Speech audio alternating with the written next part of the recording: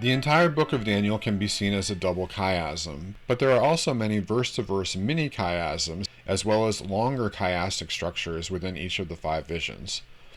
This can lead to confusion, especially when dealing with difficult passages such as Daniel 11, which gives a detailed description prophesying events surrounding the kings of the north and the kings of the south.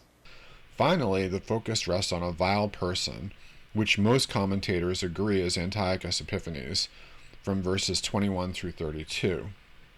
One such example are the four clauses of Daniel 11:28.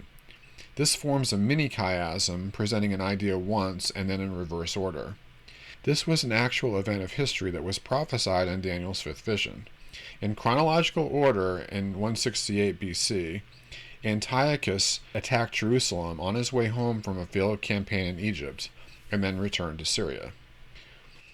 A. He shall return to his land with great riches. Antiochus returned home to Syria from Egypt. B. His heart shall be against the Holy Covenant. On his way home he plundered the temple at Jerusalem. B. And he shall do exploits. He plundered the temple. A. And returned to his own land. He returned to Syria. So in chronological order, he attacks Egypt, and then returns to his home in Syria, but on the way he attacks Jerusalem.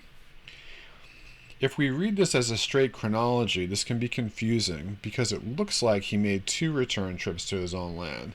But when we see that Daniel is repeating the same idea twice, the second time in reverse order, it makes much more sense and corroborates what happened historically. Another important convention in biblical literature is recapitulation. In each of the successive five visions of Daniel, he repeats the same ideas, each time adding more information as they go on. This is important to remember because the pattern needs to line up throughout the book, and the visions should not mean radically different things. If we can establish the scope of Daniel 2 ends in the 1st century, in the days of these kings, the symbols should also line up as much as possible, so that the pattern of the four kingdoms ought to remain the same all throughout the five visions of the book. An example of a challenge in interpretation is the little horn of chapter 7 versus the little horn of chapter 8. At face value, this ought to be the same figure, but are they? Is it one little horn that is the same figure, or two little horns representing two figures? Let's take a look at it. The little horn of chapter 7 appears during the time of the fourth kingdom, which are the Roman emperors. The text says he grows up in the midst of or among a line of 10 kings.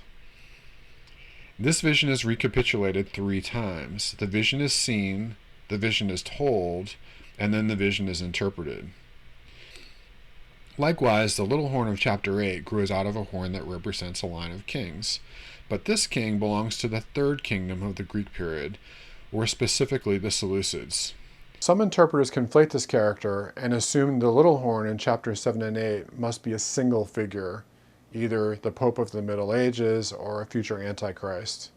Or they realize the little horn of chapter 8 must be Antiochus Epiphanes in context, but insist he must also be a foreshadowing of the Antichrist.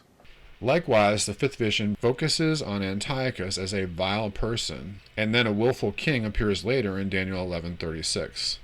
But in context, if we stay consistent with the rule of recapitulation, the vile person is Antiochus of the third kingdom, and then the willful king must be a Roman emperor of the fourth kingdom. Then the Roman Empire continues throughout the rest of chapter 11, and then chapter 12.